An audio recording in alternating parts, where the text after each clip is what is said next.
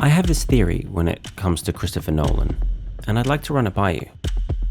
I think he's only ever made one masterpiece, and all his subsequent films are in some way derivatives of the original.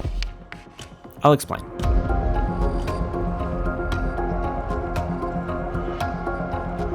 I think Memento is Christopher Nolan's best film. Not only do I think it will forever be his magnum opus, but it's also his codex, his map legend. It contains within it every trick that Nolan will recycle over the next 25 years. Let's start with the structure.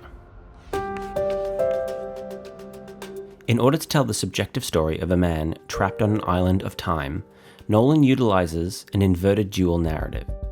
Half the story plays forward and the other plays backwards. This is a device that will later be recycled in Tenet, although slightly differently. Dual timelines are present in Interstellar and Oppenheimer as well. And with Inception and Dunkirk, he graduates to triple timelines.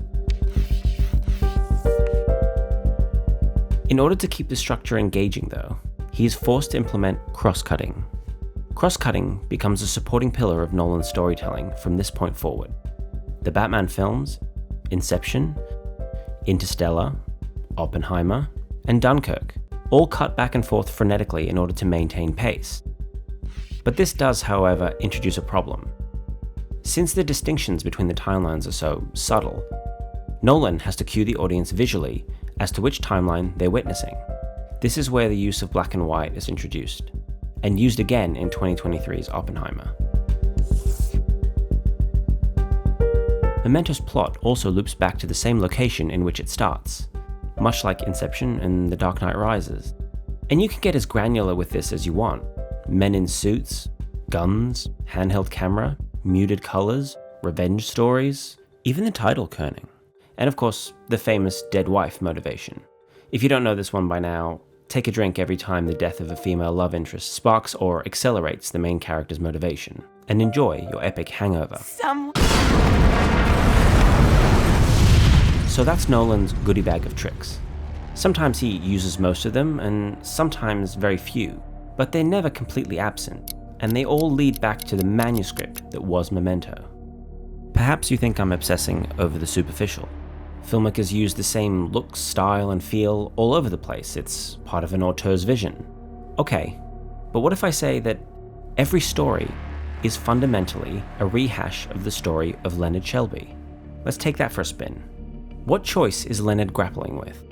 The decision of whether to acknowledge reality or continue to believe the myth he has constructed. Cobb's dilemma is the same. She is not real. How do you know that? Reality or the dream? The Batman films are saturated with this predicament. Maybe it's time we all stop trying to outsmart the truth and let it have its day. And Batman itself becomes an imprisoning myth. The Prestige is interesting. It allocates each half of the choice to a separate character. Borden lives the lie, while Angier sacrifices everything he has for the real thing. Now, Insomnia is, of course, a remake, but it's important to note that Nolan changes the ending in order to leave a central character grappling with this very problem, maintain a legacy or hand in the evidence. Tenet features a protagonist who knows his future is written, but has to go forth with the belief that he still has agency. And of course, Oppenheimer builds the most destructive device in the world under the belief that it will save more lives than it destroys.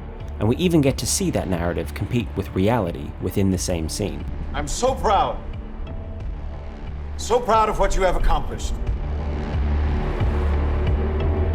At first I thought Interstellar and Dunkirk represented a true departure, but maybe not. Interstellar has a weird message. Love transcends space and time, or something like that. Love isn't something we invented. It's observable, powerful. But there is also an ongoing discussion about belief and action in the face of inevitability. Do not go gentle into that good night. Old age should burn and rave at close of day. Dunkirk is probably Nolan's least didactic film, and much of it plays like a document of history, rather than a movie. But all three storylines do pit hope against despair. And after 1.5 hours of tension building and successive failure, we end on Churchill's famous speech, engineered to preserve hope playing over a montage of loss and surrender. I also find it interesting that the film ends with the shot of a soldier who has consumed the story after living the truth. So what am I saying? I'm not saying that Christopher Nolan is a bad filmmaker. He's a great filmmaker, and not because of the tools he uses and reuses, but because of his strong sense of direction. He knows what he wants to say. He's making stories about storytelling, stories that we tell each other and stories that we tell ourselves. Narrative belief is a necessary survival mechanism in Nolan's world, even if he does recognize its capacity for deception. As I'm putting this video together, Christopher Nolan's adaptation of the Odyssey is just poking its mast above the horizon. It'll be interesting to see what he does with a genuine epic myth. The timeline spans 20 years in total, so just how many of Nolan's devices are we likely to see? And will Nolan once again venture into man's need to create his own story? What do you think? Let me know, like and subscribe if you see fit, and we'll talk again soon.